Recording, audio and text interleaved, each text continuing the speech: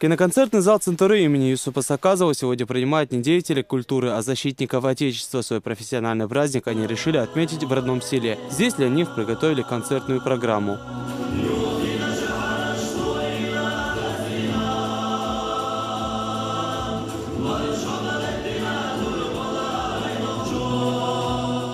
Артисты филармонии имени Аднана Шахбулатова и местный творческий коллектив. На сцене слышны патриотические песни и слова поздравления.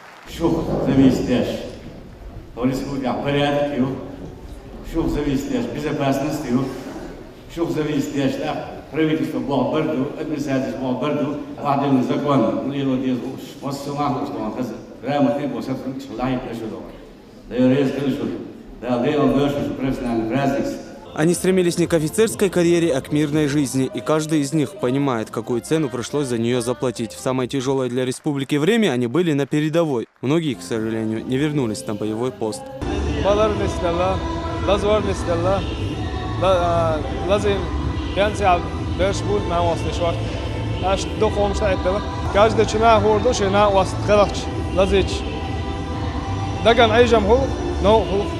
Сегодня они с гордостью вспоминают подвиги боевых товарищей, но о своих молчат.